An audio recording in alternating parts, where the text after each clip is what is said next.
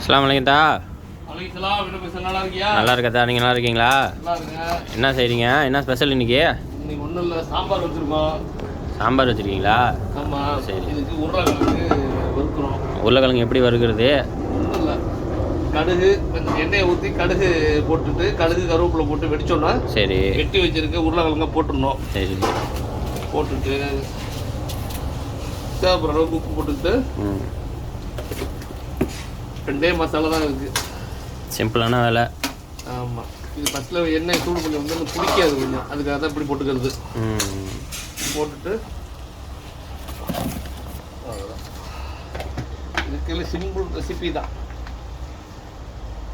மிளகாத்தூள் காரத்துக்கு தகுந்த மாதிரி 2 ஸ்பூனோ 1.5 ஸ்பூனோ நம்ம கொஞ்சம் நிறையா போட்டிருக்கோம்.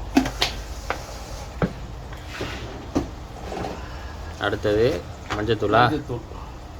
மஞ்சத்தூளும் தேவையான அளவுக்கு ஒரு 1 ஸ்பூன் போட்டுக்க வேண்டியதுதான். இது வந்து பெருசாக தேவையில்லை. அவ்வளோதான். மஞ்சத்தூள் மிளகாத்தூள் போட்டு இதில் கொஞ்சோண்டு ஜீரகத்தூள் போட்டாலும் டேஸ்ட் இருக்கும். சும்மா ஒரு 1/2 ஸ்பூன், ஜாஸ்தி போட வேணாம். ஜீரகத்தூள் வாசம் அடிக்கும். சும்மா ஒரு வாசத்துக்கு ஒரு தேவைப்பட்டால் போட்டுக்கலாம். தேவைப்பட்டால் போட்டுக்கலாம். போடனாலும் பிரச்சனை கிடையாது. அவ்வளோதான். இப்போ இப்படி போட்டோம்னு வச்சுங்க, அடி பிடிக்காது.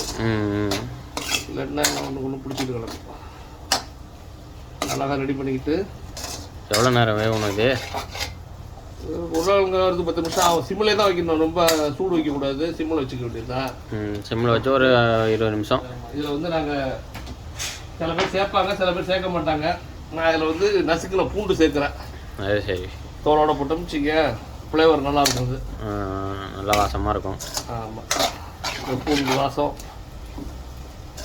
சிறப்பாக இருக்கும். அவ்வளோதான். 10 நிமிஷம் ரெடி ஆகிடுவாங்க. சிறப்பு.